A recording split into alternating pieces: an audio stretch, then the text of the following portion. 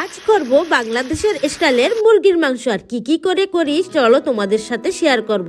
জানো তো এই মাংস রান্নাটা আমি আমার আম্মার কাছ থেকে শিখেছি। আর তোমরা বুঝতেই পারছো যে আম্মাটা মানে কি।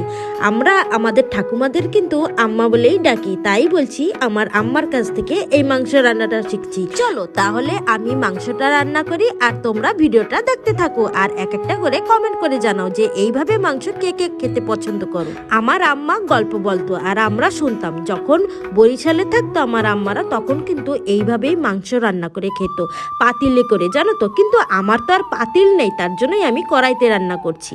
স্বাভাবিক তো তোমরা সবাই মাংস রান্না একটু একটু করে জানোই, আর আমি কিন্তু আজকে রাঁধছি বরিশাল্লা রান্না। জানো তো এইভাবে একটু মাংস রান্না করে খাবে, অনেকটাই দারুণ লাগবে।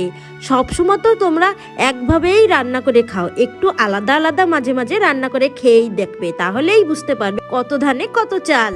চলো এখন আসি মেন কাজে, যে আমি মশলাতে কি দিলাম। সাধারণত মাংস রান্না বেশি কম সবাই জানো, তাও কিন্তু আমি একটু শেয়ার করে দিচ্ছি। দেখো সব রকমের মশলা দিয়েই কিন্তু এখন মাংসটাকে ভালো করে হাতের সাহায্যে মেখে নেব। আর মাংসটা এমন মাখা লাগবে যে মাখতে মাখতেই কিন্তু যেই মশলা দিয়ে মাখছি সেই মশলাগুলো কিন্তু ভিতরে চলে যাবে। তারপরে কিন্তু একটু ফোঁটা জল দিয়ে দেব, হাত ধোয়া জল যাকে বলে সেইটুকু কিন্তু দিয়ে দেব। দেওয়ার পরে কিন্তু সিম করে বসিয়ে দেব। হ্যাঁ অবশ্যই ঢাকনাটা দিয়ে বসাবে, খালি বসালে কিন্তু মাংসটা ভালো হবেই না। তার জন্যই দেখো একদম সিম করে আমি এখন বসিয়ে দেব। তারপরে একটা হালকা ঢাকনা দিয়ে দেব। ঢাকনার উপরে কিন্তু আরেকটা ওজন জিনিস বসিয়ে দিলে আরো ভালো হয়। আমি কিন্তু বসিয়েছিলাম, সেটা কিন্তু আমি শেয়ার করতে পারি নাই। দেখো 10 মিনিট হয়ে গিয়েছে, এখন কিন্তু আবার চলে এসেছি একটু উলট পালট করতে, না হলে যদি আবার তল দিয়ে লেগে যায়। তার জন্যই দেখো কতটাই জল বেরিয়েছে মাংস থেকে, আর আমি কিন্তু একটু জল দিয়েইছিলাম।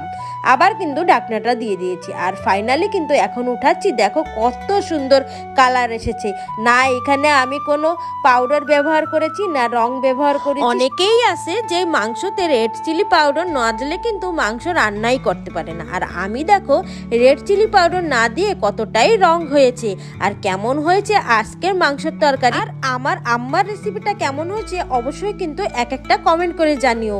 তোমাদের ভালোবাসায় কিন্তু আমি অনেক ভিডিওতে আসবো আর অনেক ভালো ভিডিও দেব। আজকের ভিডিওটা এইটুকুই, ভালো লাগলে লাইক শেয়ার কমেন্ট করে দেবে। বাই বাই, সবাই অনেক ভালো থাকো।